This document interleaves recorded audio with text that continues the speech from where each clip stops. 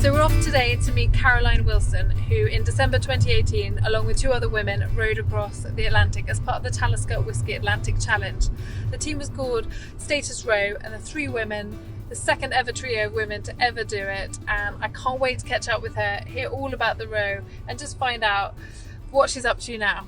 She's a brilliant person. She's someone we can all relate to as well. She was in a job that she didn't particularly enjoy, and she radically changed her life, rowed across the Atlantic, and yeah, can't wait to catch up with her. Okay, hi Caroline, thank you so much for being here. Thanks for having me. So take us back to the start. We're obviously largely going to talk about your row today, but where were you before you decided to row across the Atlantic? So I was just working a full-time job as a website developer in London, and I would spend one evening a week going rock climbing with a couple of friends who I'd met, and that's kind of where the whole thing started. So we were all kind of looking for something a bit more exciting to happen in our lives, and we decided that rock climbing wasn't really our thing. We weren't very good at it. After a few years we were still doing the baby climbs, so we thought it was time to try something else. I suggested a few other things. The Marathon des Sables did come up as an option. Yeah, they all said no. Swimming the Channel, running across the Sahara Desert, well that's that one, and cycling to Russia, and they said no to all of them. And then I saw a documentary about some women who rowed the Pacific, and I was like, guys, ocean rowing is a thing. You don't have to be a professional athlete to do it. And amazingly, Susan, my teammate, said yes. And then we just had to convince Jess. So it kind of then became this much bigger thing. It was a life transforming 18 months to the start line, where we turned ourselves from just really very normal people into people that had a really stupid idea and decided to see it through. So it was a very interesting journey. Yeah, I bet. And I want to hear about all of it and lots of it. I just also want to ask you about, you weren't a rower, were you? So you just plucked this because you wanted the challenge. You didn't specifically want to row. Absolutely. None of us had rowed before. I think it's fair to say maybe Jess had been on a rowing machine once, maybe. The rest of us had never done any of it. And I think that's one of the really appealing things about ocean rowing. You don't have to be a professional. Most people aren't rowers or haven't come from a rowing background. They're definitely not professional rowers because it's very different from river rowing as a sport. So it kind of lowers the barrier to entry in terms of your experience and knowledge, which makes it really quite nice. So yes, we had to learn how to actually row. We had a session with Gwyn Batten, who is an Olympian in rowing. She helped us work on our technique. But most of it really is just learning how to live on a 7 metre by 2 metre boat with 2 other people, and try to get 2 oars in the water and vaguely go in the right direction. Yeah, which you managed, well done. Just about. Yeah. So you're beginning training, and also, if I can just ask you quickly about, in 2011 you were diagnosed with a really rare condition, weren't you? Not a general condition, but just an illness. Yes, yeah. So I was even harder, I imagine. Yeah, well, it made it a slightly different ball game for me. So I had been travelling around the world for a year and a half and whatnot, and my trip ended rather suddenly when I was on a bus in Thailand, and all of a sudden I started getting pins and needles in my hand, which was seemingly innocuous to begin with, but started spreading up my arms quite quickly, and within kind of 2 hours time I couldn't move my arms. I had no function in them, I couldn't put any weight on them. So ended up in hospital, and after many days of kind of tests, they discovered that it was acute onset transverse myelitis. So it's essentially an inflammation of my spinal cord, which blocked the motor signals to my arms. So I was effectively paralysed from kind of the waist up in this whole area. I think I was in Thailand for a couple of weeks. My sister flew out to be in hospital with me, and then came home, and it was sort of 9 months of seeing a neurologist back in the UK, doing everyday physio, trying to regain the movement in my arms. So that, I was signed off, I think within about 9 months. But really, you kind of teach yourself bad habits. So I'd lost really all of the strength in my arms, and that was part of the reason for starting rock climbing, was to really kind of challenge myself to trust my arms. So it was a bit challenging, but really not the biggest issue. The biggest issue was trying to row. Yeah, mentally. Yeah, and I'm always intrigued about, as you know, I've sailed a lot, and living on board is part of the endurance, isn't it? The mental challenge, the physical challenge as well. But it's also how you keep going. The boats that I've sailed on are nowhere near, as you said, the size of your boat. It's 7 metres by 2 metres. It's made of Kevlar, isn't it? Carbon fibre. Yeah. And how did you prepare? I think the mental side of things is probably the biggest challenge. I think with a sport like this, your physical wellness can only take you so far. It's your mental strength that really gets you through, and it's quite hard to prepare for that. I think we knew that we were going to have to be a really strong team before we set foot on that boat, and we were going to have to trust each other, not only with our lives but just with our mental well-being. So we spent a lot of time in the 18 months running up making sure that we spent time together to really solidify those friendships and make sure that we could laugh with each other and cry with each other and do the work when we need to do the work, because they're the only people that you have to rely on in those situations. And honestly, I don't know how solo rowers do it, because it was those girls that got me through. Because mentally, when you're at your lowest ebb, you can come out of the cabin, and you know, being inside those cabins is just an awful experience. They're dirty, they're sweaty, they're hot, they're just all levels of disgusting.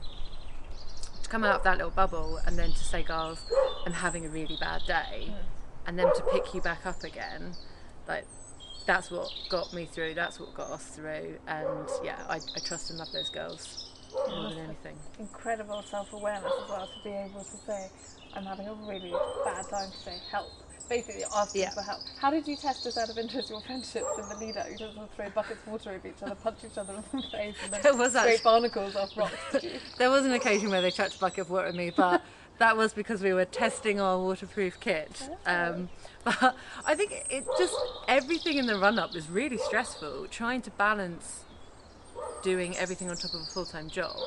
So we didn't stop working full-time in the run-up, so we would have to be spending time in the gym, time out on the boat training, and we would go out for up to 5 days at a time to test that living in a small space, and to actually test what it is you have to do living on a boat, like doing your washing, doing your cooking.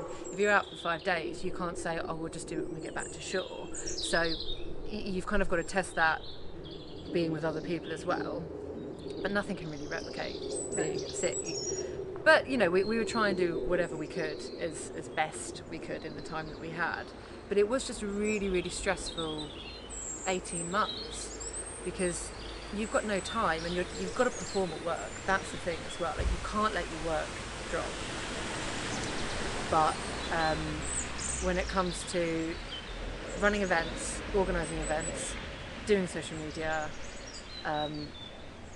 I don't even know. We had to do, you know, navigation courses, life-saving courses, first aid courses, all these sort of things. You are just constantly not at heads with each other, but testing each other's patience.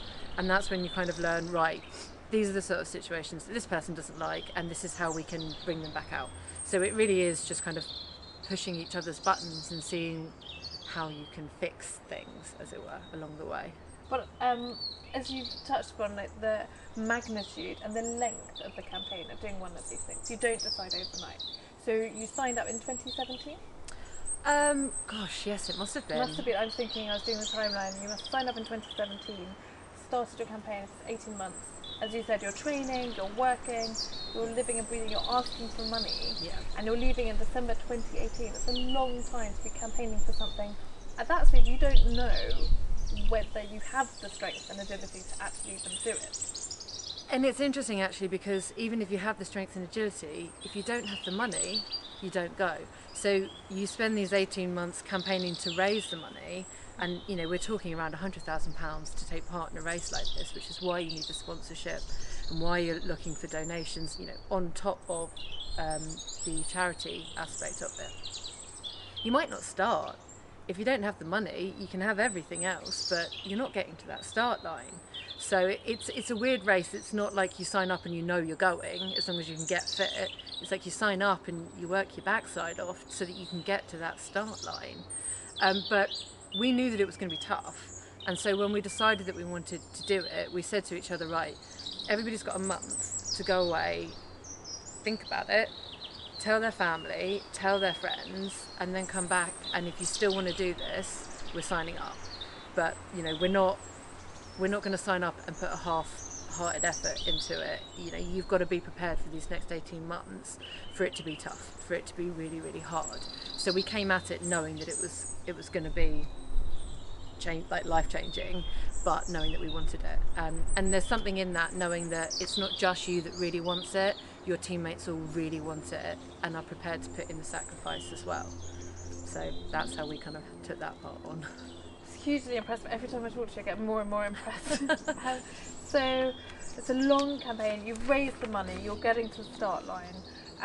You're on this boat, and the thing that I always find is, technology changes and adapts, obviously, and improves, hopefully, but the conditions don't change, do they? The waves are still massive. You're still, putting a drogue out sometimes to slow the boat down. They're built to self-right, aren't they? But how did you prepare, and how did you manage with the physical, actual boat itself? I think that we were either lucky or unlucky, depending on how you want to look at it, in the sense that the route that we went was from La Gomera in the Canaries over to Antigua. And what you would traditionally do in that is kind of head south and then head west, and that's so that you can pick up the trade winds, and that will, in theory, move you along slightly faster. The year that we did it, the trade winds kind of never materialised. So we had some rough conditions in the first week or so, but then everything kind of died down, and it was mill pond flat for weeks at a time. And that is mentally the most challenging thing, because then when the wind would arrive and we would start to get some waves going, we'd be going in the wrong direction. So we would have to put our power anchor out to stop us from going in the wrong direction, rather than putting the drogue out to slow us down. So that was just mentally, after you've spent days not really going very fast. If you're lucky, you hit 3 knots. If you're really lucky, you hit 3 knots. To then just be like, right, we're going backwards. Out goes the power anchor. So that was tough. But on top of that, we just really had problems with our seats. So it's, I think, maybe a design flaw.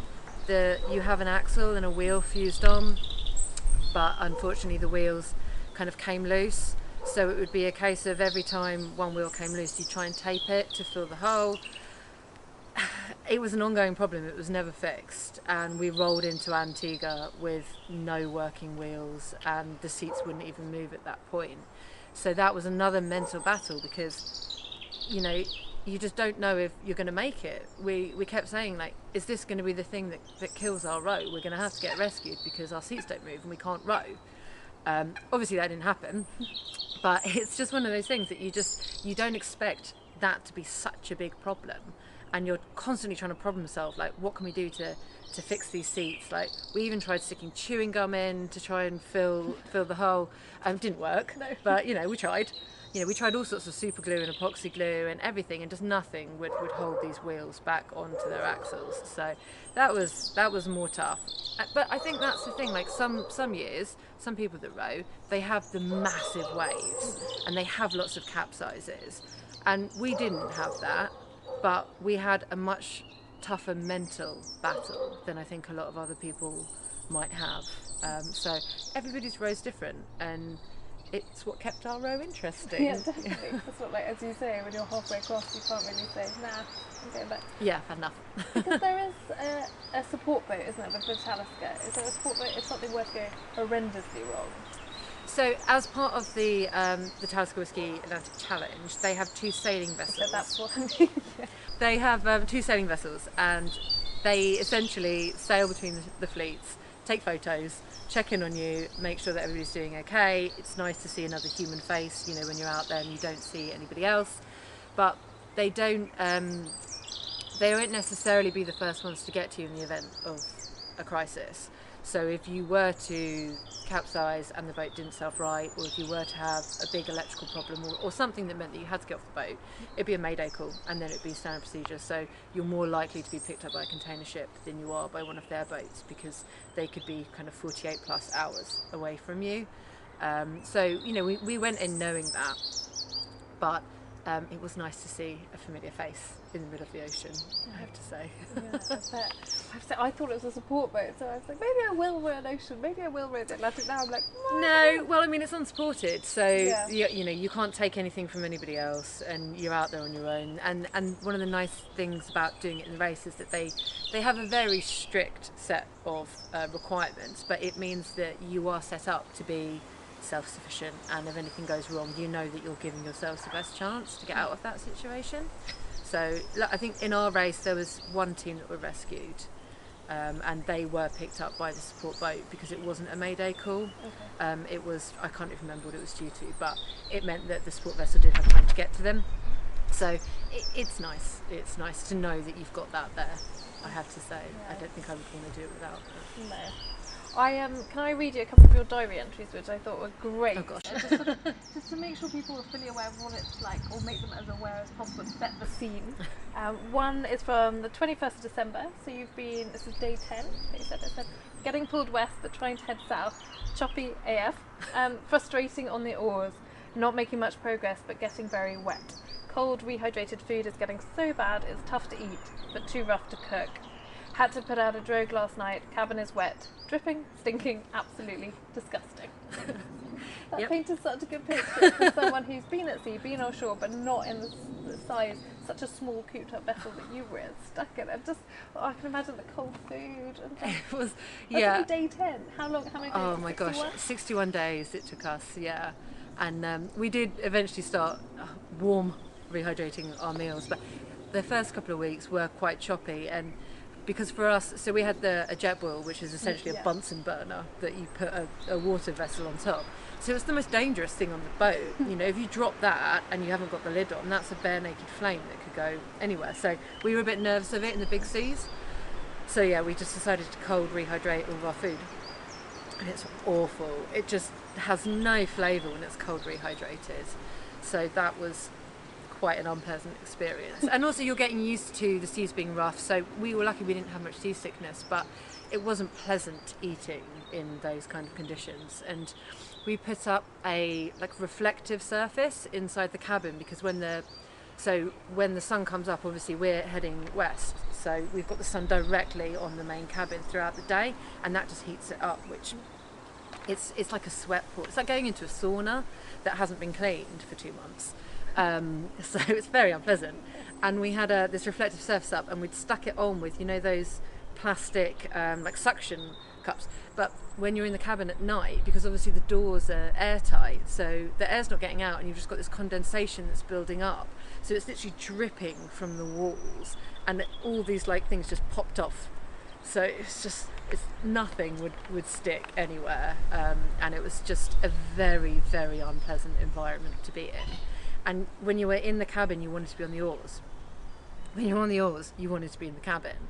And we didn't have any deck space because we had 2 rowing positions, and we tried to have 2 people rowing at all times during the day, and at night time you'd row on your own.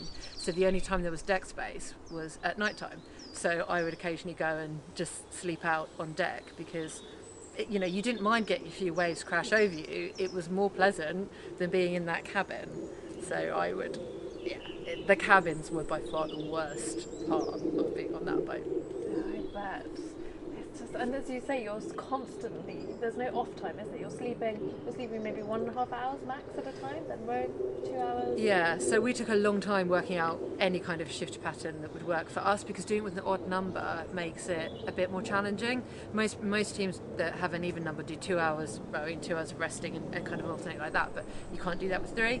So what we found is, because we didn't like being in the cabin during the day, I mean, I think the temperature's only got up to about 24 degrees, but when you've got the reflection from the water and the fact that there's no wind and it's an airtight cabin, it felt so much worse.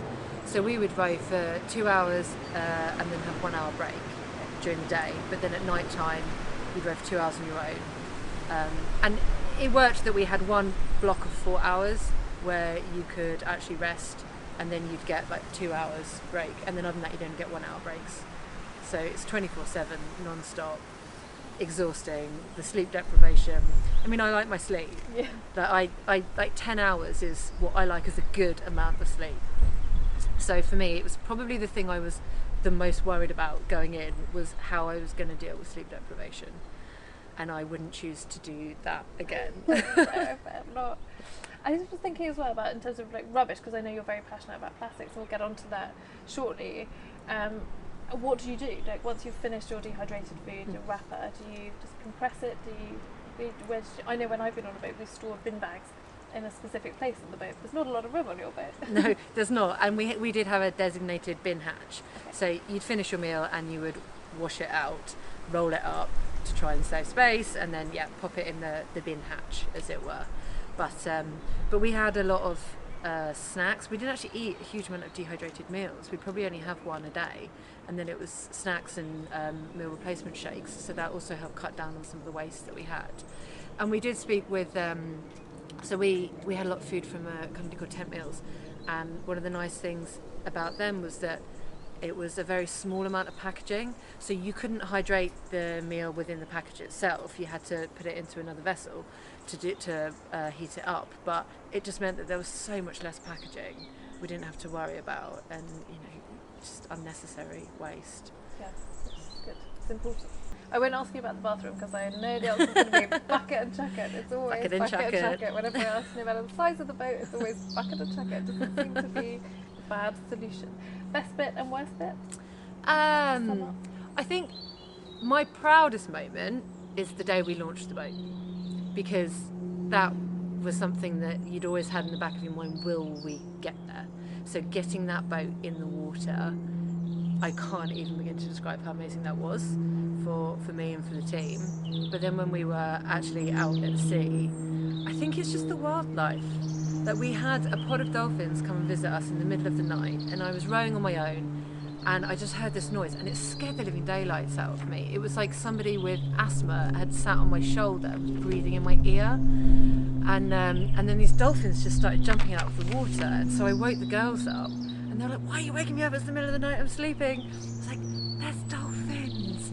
And they stayed with us for about 2 or 3 hours, and they were just jumping all around, beside the boat, underneath the boat, and it was just beautiful to see them in their natural environment like that, just playing.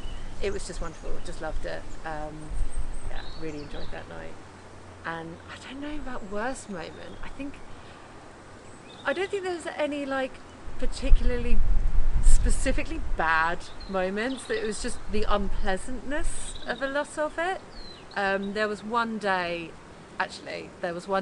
when we were a couple of days out of Antigua, and our families had already flown in, and we just got caught in a storm, and so we had to go on para anchor, because I can show you a picture.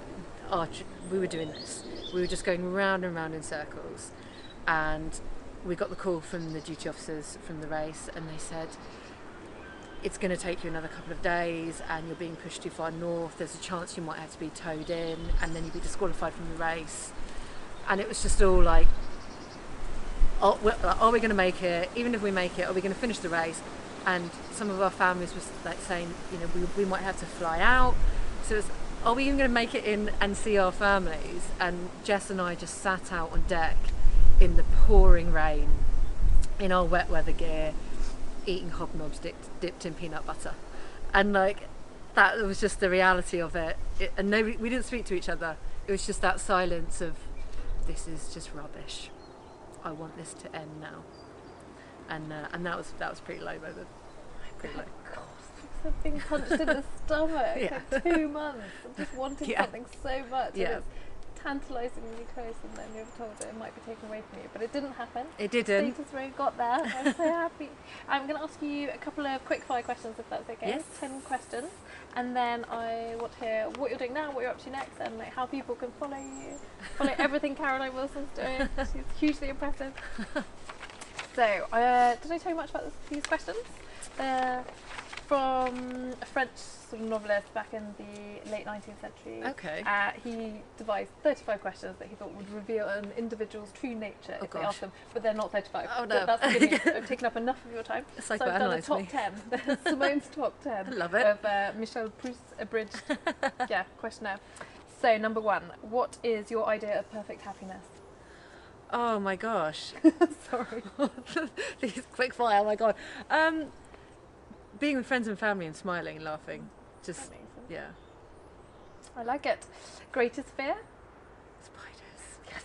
I hate spiders. There's Anything something that about just them. pretends to die. It's not okay. No, anything with 8 legs is not okay. No. Oh, I hate them. Yeah, good. Those Sorry spiders for at any sea. arachno lovers. Whatever it is out there. What is the trait you most deplore in yourself? Oh my Sorry. goodness, these are really tough questions. I don't know what the word for it is, but if I say I'm going to do something, I'm going to do it. I don't know what you would. You know, money where your mouth is what I always say. Yeah. But yeah, you'll. I'll commit to something and see it through. Yeah. So, what is the trait you most deplore in others? If people don't tell the truth, if people lie, I just don't like that at all. I like people to be honest. Yeah, makes sense. And this leads onto the next question. On what occasion do you lie? When do I lie? I think if it's a little white lie that's going to help somebody rather than hurt somebody, but try not to lie. Yeah, that's good. Good principle to live by. What do you consider your greatest achievement? I mean, Yeah. getting that boat in the water and getting it to the other end in one piece as a team and as friends. Definitely, I agree. What is your motto? Try anything once. What is your greatest regret? Ooh, I try not to have regrets, to be honest, because anything that you do wrong, you still learn from it. So I don't know that I have any real regrets, to be honest. Yeah, I think it's good. Don't have them. I completely agree with you. We're almost there. Penultimate question. Which historical figure do you most identify with? Oh gosh, that's a really difficult question. I don't know. I don't have an answer for that. That's okay. Don't I have wish to. I did. Yeah. I don't know. All historic figures are all hugely wonderful people that have achieved great things, which is why you know about Yeah, them. maybe you're going to be someone else's greatest historical figure one day, I reckon. Number 10. You probably won't like this. How would you like to die? Quickly. Doing something I love. Good, that's with words as well. So quickly, painlessly, Yes. with a smile. Thank you so much. So, just quickly, what are you up to now? Are you planning your next adventure? Because when you came back, you helped Kiko Matthews out, didn't you? Yes. So when I came back, I basically hit the road again within a couple of months on the Keep Plastic tour, which was a 7,000 kilometre cycle around the coastline of the UK, and we did beach cleans every day. I didn't do the cycling, Kiko did, but I took care of all the beach cleans and all the organising. So, and that was an amazing experience. Just got to meet so many incredible people, communities, and it just really kind of reinforced and reinstilled positivity in people, and that there is hope for the future. So it was wonderful, but unfortunately after that I did have to go back to work. So I'm back developing websites. I've got an ultramarathon coming up this year, which is going to be really cool. I'm excited. I've convinced a friend to do it with me, and I might do another one across Scotland with another group of girls, which would be amazing. But I don't have any big challenges coming up yet, so I'm still trying to find the right thing, because I think the challenge with the row is it's so life consuming and it's so big, and I kind of need to settle for a little bit before I'm ready to give myself so wholeheartedly to another challenge. But there'll be something. I was going to say, ultramarathon isn't a small challenge to most people. I think you've got a lot going on, and you're managing it, and you're pursuing a life less ordinary. You've changed your life completely by the choices you've made in the last 2 years. Yeah, so I used to live in London, and now I live here in the beautiful countryside. Yeah, glorious. Thank you so much, Caroline. Thank you. It's been great. And if people want to follow you, Yes, I'm on, I guess, Instagram, which is Caroline Wilson _3, I think. I'm a very popular name, amazing. But you're a very impressive, remarkable, unique person. So thank you. Thank you. So I've just interviewed Caroline, and it was fantastic to hear all about her campaign. You know, the lots of hours of planning, the training, working with her teammates on Status Row to really mentally and physically prepare for the enormous challenge of rowing across an ocean. But also for me, the real takeaway is that just because you want to pursue a more adventurous life, a life less ordinary, you don't have to completely check out from reality. Caroline's gone back to a similar job she was doing before she rowed across the ocean, but she's still pursuing adventure on a daily basis and gearing up for some amazing challenges ahead. So you can do as much or as little as you want to. It's all about getting started, getting out there, rowing your ocean and believing in yourself, which is something most of us need in our lives.